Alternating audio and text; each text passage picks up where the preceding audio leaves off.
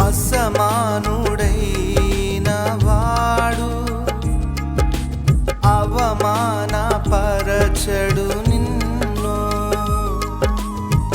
ఓటమి ఎరుగని మన దేవుడు ఓడిపోనివ్వడు నిన్ను. ఘన కార్యాలెన్నో నీకై చేసినవాడు కష్టకాలమందు నీ చేయి విడచునా.